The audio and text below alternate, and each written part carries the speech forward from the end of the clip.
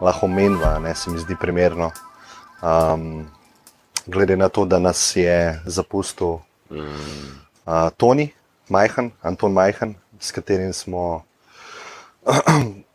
kar ene par epizod posneli, mislim, da vse skupaj 4krat je bil na podcastu. Ja, 4krat vse skupaj. Zasebno smo se malo časovno, ampak je bilo kar impactful. Ja. Mogoče lahko na to temo rečeva. Na temo tega človeka, ki nas je zapustil zdaj v ponedeljek, 5 dni nazaj.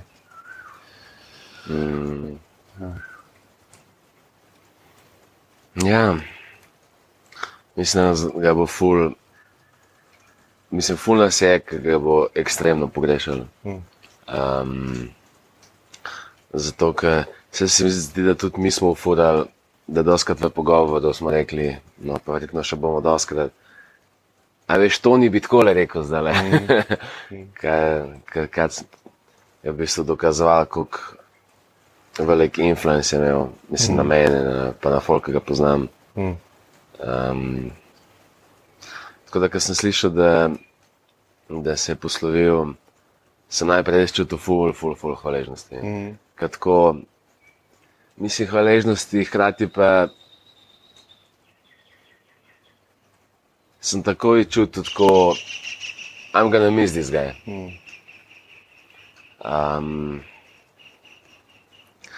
Se mi zdi, saj meni, pa mislim, da še marsikomu je služil, ker je bil toliko pred nami v nekih razmišljanjih, da je bil super go-to guy, ki si kaj prebral, pa kaj razmišljal, da si šel to idejo stestirati k njem.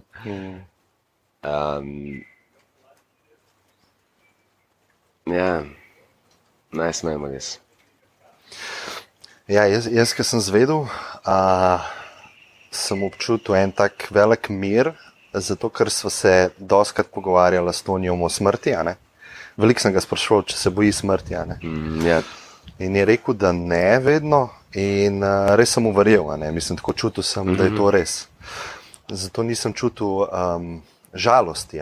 Tako kot, mislim, čutil sem neko čustvo, ki je podobno žalosti, ampak ki ni negativno. Bolj proti miru, na strani mira. In mislim, jaz sem zelo vesel, da sem ga poznal, pa tudi to moje spogledovanje z Zenom, on je to res živel, in to pa pravim zaradi tega, ker o tem ni govoril, o Zenu kot takem. In to je zares Zen bil. In doskrat je kaj izpostavil bullshit, ki ga je ful. Tako, to so moji glavni. Ampak na način, ki je samo znal. Ne, če sem ti razlagal, pa dni pred smrtjo, mislim, vsi smo, Toni se je fajtil z rakom precej letno, ampak zdaj smo sklepali in tudi sicer smo upali, da je že večkrat bil tako, da smo se že poslavili, ampak smo upali, da bo tudi tokrat uspel svajti čez. Ampak par dni pred smrtjo, ko sva se zanj slišala po telefonu,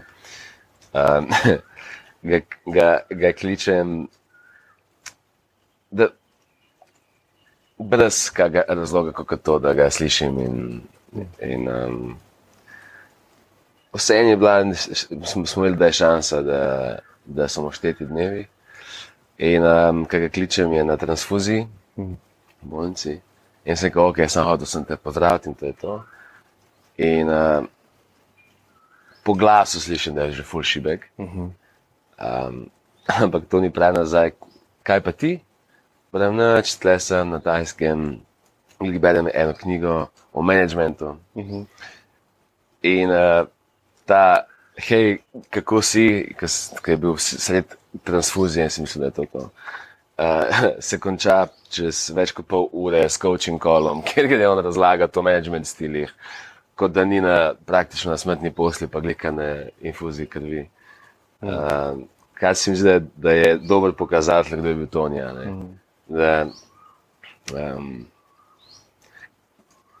Ni razmišljal, mislim, tudi če mu nisi verjel na začetku, je pa pokazal, da se res ne boji smrti. Da je do zadnjega trenutka, pač bil Tony, rad je coachal folk, rad se je pogovarjal z ljudmi. Kaj se mi zdi, da je tak lep story.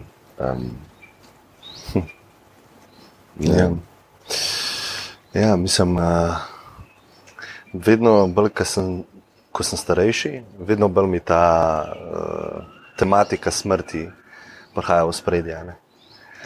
To zdaj posluša nekdo, ki je 50-60, pa je tako model, ti si 30. Po drugi strani pa nikoli ne veš, ne?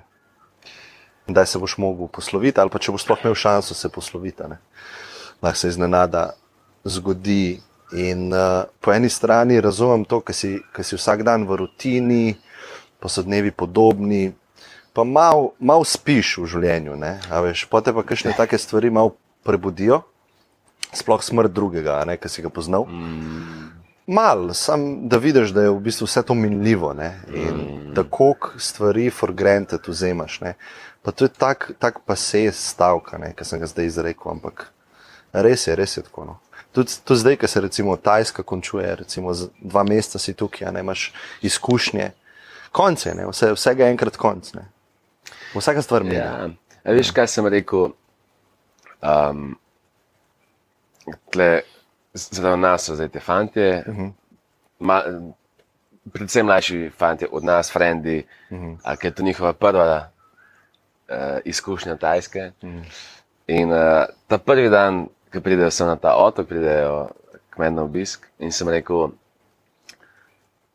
to bo en najlepših spominjev v vašem lifeu, ampak ko živiš najlepše spomine, se dostikrat ne zavedaš, to bo najlepši spomini. A tako, tle smo na Tajskem, ok, in je tako, vsake par dni je tako epic. Ne samo tako, wow, na Tajskem smo, ampak tako, kaj delamo, kaj je tako epic. In že meni je epic, pa sem šel že, mislim, nisem prvič šle, pa večino teh stvari, mislim, kako smo delali, sem že počel, ampak še vedno mi je epic. Za njih je verjetno epic na potenco. In sem tako, spomnite se vmes, to bo en najlepših spominov, to je ena. Drugo je pa, kaj že tisti 9-gate meme bil, da noben se ni zavedal, kdaj smo zadnjič pilali fuzbala pred blokom. Enkrat je pač bilo zadnjič. In pol nikoli več ni sosed pozvonil, pa rekel, Klemen, dej pa le dol. Gremo zadnjič. Ja, gremo zadnjič. Kar bilo je zadnjič in pol nikoli več. In se s teboj sem začel jih to je mogoče, to so mogoče zadnje počitnice, ker si ti tle sam, pa jaz sem tle sam, mislim, da imamo zdaj že familiji, pa tako naprej. Ker mogoče je zadnjič. Mogoče smo zadnjič na tem otoku. Ok, to sicer dvomi. Ja. Ampak so možnosti, v tej zasedbi zihar. To je efekt, ja. Ampak tako tudi na splošno prav. Mogoče ne boš več prišel, mogoče greš naslednje let nekam drugam, pa ti je bolj... Ja. Ampak to, da verjetno, ko se boš zadnjič, ne vem, poljubil, ko se boš zadnjič objemu z nekom, ko boš zadnjič seksu, verjetno ne boš vedel, da je zadnjič. Ne? In to je lahko vsakič. Lahko je to zadnji dialog na nek način. Ne? To so vse možnosti. In če bi vedel, bi drugače imel ta experience. Bolj bi ga čerišil ali pa bolj bi ti bil vreden. Ne?